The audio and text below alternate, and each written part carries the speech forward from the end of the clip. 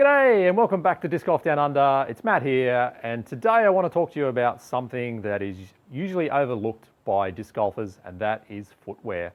So I'm going to talk today about what makes up the perfect disc golf shoe, and then we're going to do a review of these little puppies, the Speedcross shoe from Salomon, and see whether it stacks up against the perfect disc golf shoe criteria. So let's get into it.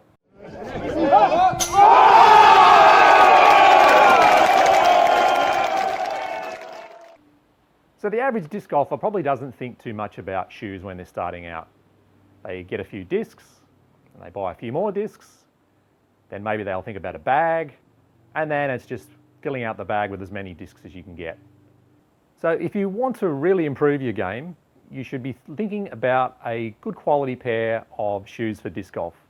Top sports coaches will always say that you should start with a solid base, and you can't get much more of a base than footwear. So why don't you check out what the pros are wearing next time you're watching your favourite disc golf coverage. Maybe just don't look at Calvin Heimberg. So now I'm going to be just like Homer Simpson when he designed his perfect car, and I'm going to design what I believe is the perfect disc golf shoe. So I'm going to be giving you my thoughts on the different features and functions that make up that perfect shoe. So let's start with what I believe is the most critical, the most important, and that is traction. So if you've played in wet conditions before, you'll know what effect it has on your disc golf game. It can affect your accuracy, it can affect your distance, and it also affects your overall confidence. You're not feeling as stable on the ground. So traction is very important. And we play in a wide variety of terrains, including hard packed ground, mud, sand, concrete, grass, wet grass, long grass, all sorts of different terrains and playing conditions. So we need to have footwear that will work in each of those conditions. Number 2 on our list is stability. We want something that will support the foot, wrap around it, and give it the stability that it requires, while also giving you the flexibility that you need to throw the disc. So footwork is very important, and we need the foot to be able to move around and be flexible, but we also require that stability. So we're not going to be playing in slippers or Ugg boots or even thongs or flip-flops. We want something that gives us support and stability.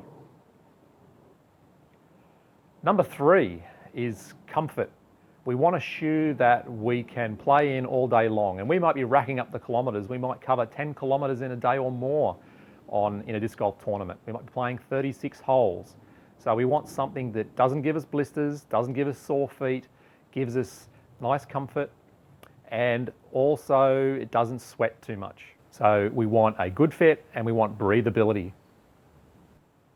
Number 4 for a disc golf shoe is lightweight. We want a shoe that's not too heavy. A large hiking boot that might weigh a kilo or more is going to weigh you down, and when you're putting in the kilometres over the day, it's going to wear you out, make you tired, so you want something that's nice and lightweight. Number 5 is we want something that is stylish. So we want a boot that looks good, has a wide range of colours that can match your personality, and it's not going to be something that you're afraid to play in. So style, and a lot of people, for them, style and what they wear is very important. So you want something that looks good. Number 6 is durability. We want something that is going to last and not fall apart. So we want a quality shoe. We want something that's not going to tear and the threads are going to come apart. The sole's not going to wear out quickly. And that the shoe is going to give us a number of years of good service. And our second to last item on our quest for the perfect disc golf shoe is price. We want something that's not too expensive. We don't want to be spending $300-400 on a pair of golf shoes. And likewise, we don't want to cheap out. We don't want to be spending $50 on a pair of Dunlop volleys or something. So you want that nice in the middle range of pricing. And my final item in my list of perfect disc golf features is waterproof. Now, this may not be for everyone. Some people may not want a waterproof shoe, but for me, I highly prefer having something that gives me the protection that I can walk through shallow puddles, I can walk through wet grass and not get wet feet. Of course, there is a problem with waterproof shoes in that they are typically, they give you sweaty feet. So you have to decide at the end of the day whether what you would prefer at the end of the day. Do you want wet, soggy socks, or do you want slightly sweaty feet? And so that's my final item in my quest for the perfect disc golf shoe. So like Homer coming up with the design for his dream car, I've now got the design for my perfect disc golf shoe, and I'm going to give you my honest opinion on a shoe that I've been wearing for the last 18 months. It's the Speedcross by Salomon. So this is the Speedcross 4. The current version that is selling in shops is the Speedcross 5. There are not many differences between them. We will discuss that in the video, but basically what you'll hear from on this video covers both the Speedcross 4 and the Speedcross 5. So Salomon has designed the Speedcross 4 as a lightweight trail running shoe.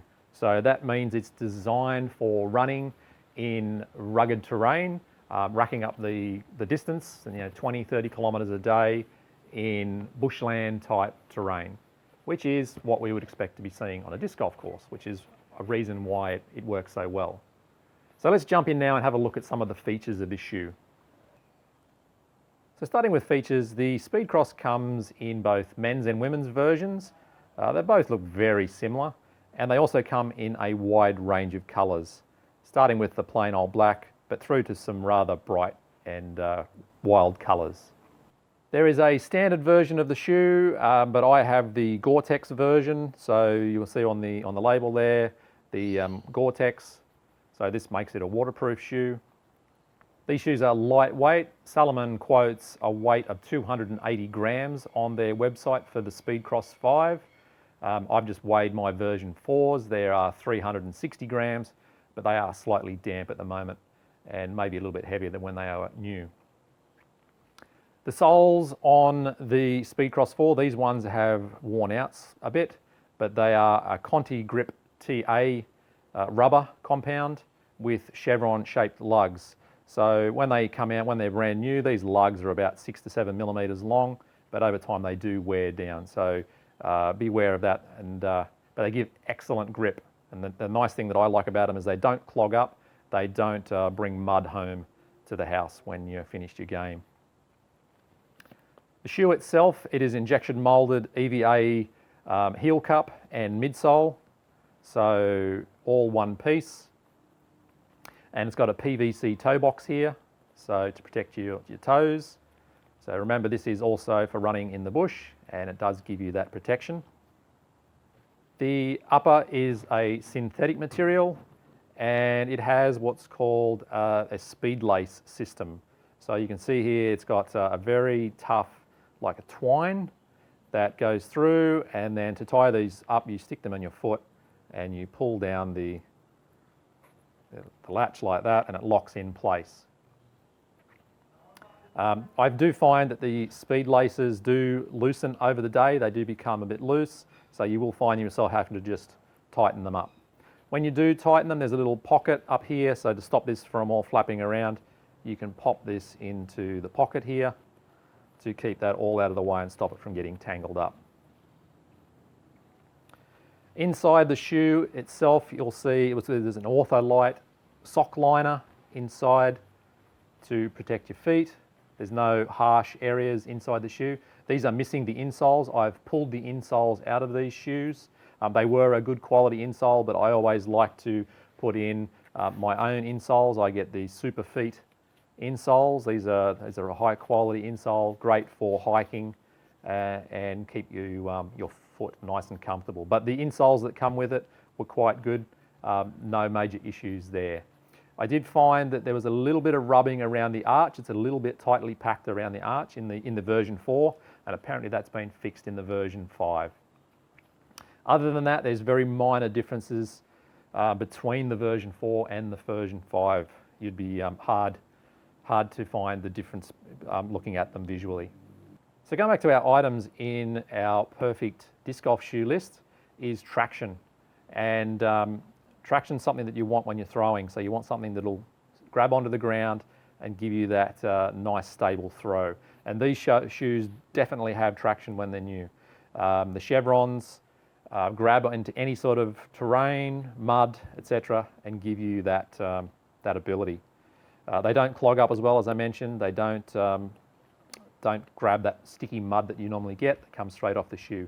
So traction-wise, I'd give these shoes a 9 out of 10 when they're new. These now are starting to lose their traction. We're starting to get a flat patch here, so that may become an issue for me and may need replacing. The second item in our list of features for a perfect disc golf shoe was stability, and this shoe gives you very good stability. It wraps around your foot. It almost feels like you're not really wearing a shoe, but it does give you that protection. And to me, it almost feels like a slipper at times. So yeah, it does definitely give you that. There is no ankle support. It's not a high ankle like you'd normally get in a hiking boot. So if you do want ankle stability, then you might need to look at another type of boot. But this shoe definitely gives you the flexibility as well that you require when you're throwing. So for stability, I'd give this an 8 out of 10. Comfort-wise, I initially found some discomfort around the arch area. So in here's a slightly, for me, slightly narrow in the arch area. There are wider versions. You can buy a wide version of the boot, but I haven't tried that yet. But when I switched to the Superfeet insoles that I mentioned earlier, that problem did to some extent go away. The speed laces, as we mentioned, they're a good idea. I do like them, but the fact that they do loosen up a little bit throughout the day and they do need to be retightened occasionally. Not a big deal, but something that, you know, could be improved on. Another thing that I do besides disc golfing is I compete in row gaining events, which is a navigation event through bushland. And in the past, I have worn hiking boots for these types of events, but I have switched in the last 2 events to the Speedcross shoe, and they are, to my surprise, a much better shoe. At the end of the day, I feel much more comfortable. I don't have any blisters. There's less sweating, and I just find overall this is a much better shoe for those sorts of events. So that's walking 30 plus kilometers through rugged bush terrain, and they work very well. I also wore these shoes at the Disc Golf Championships in 2019. So practice day did 30 or over 36 holes, and then followed up with on day 1 of the tournament with another 36 holes. Again, no issues. These shoes were very good. They're very comfortable, no blisters. The real thing you get is you get a bit sweaty at the end of the day with the Gore-Tex version, but if you want just the standard version, you might not have that issue. So for comfort, I would give it an 8 out of 10. As a lightweight shoe, these are definitely tick that box. They're very light. They almost feel like you're not wearing anything at all. I'm sure there's lighter shoes out there, but these definitely very light, and I feel more athletic when I'm wearing these compared to, say, a hiking boot. So for weight, I would give them a 9 out of 10. For style, I would say this definitely ticks the box for style. I think it's a very stylish looking boot. They do have the very bright colours that you can also grab, and maybe in a future version I might go for something a bit different in the colour range. Style-wise, I'd say it's an 8 out of 10. In regards to durability, these are very durable boots in the upper half. So the upper sole, you can see 18 months old, almost looks brand new. No rips or tears, no seams coming undone. Almost looks brand new. Bottom half though, you can see the soles are almost done. So the chevrons are worn out on the outside of the foot there. And yeah, durability could be improved on the soles, I think, but then that may also sacrifice the grip that you get, the traction. So durability-wise, I'd give this a 5 out of 10. Price-wise, you're looking at about $185 for the Speedcross 5. In Australia, you can buy them online at Snowy's for that price. There are other stores that you'll pay a little bit more. If you're looking for the Gore-Tex version like these, the Gore-Tex version for the waterproof, you're going to be looking about an extra $25 for the pair. And this is for the Speedcross 5. If you want to, or you're happy to go for the earlier Speedcross 4s, they are still available in a lot of retailers, and you can pick them up for about $145 for the normal version, or again about an extra $25 for the Gore-Tex version. So the price I think is okay, but you need to factor in the durability, the fact that you might be replacing these a bit more regularly than you'd like. So price-wise, I'd say a 6 to a 7 out of 10. And finally, as I mentioned, waterproofness. I've got the Gore-Tex version. I wouldn't go for anything else. I play in wet grass very frequently, and I like to have dry feet after the round. And it's good for just going through shallow puddles, or that long wet grass that you get on an early morning. So you can see here how well my shoes work as a waterproof shoe. These are 18-month-old, and you can see they're filled with water, and even after sitting there for 5 minutes, there was very little water leaked out. I do find that the feet do get a little bit sweaty by the end of the day, and in a non-Gore-Tex boot, you will probably feel a little bit more breathability. But I recently bought some shoes that weren't waterproof, and now I do regret it. So for me, I would always go for waterproof shoes. And in this case, in the Speedcross 4, I'd say they're a 9 out of 10 for that.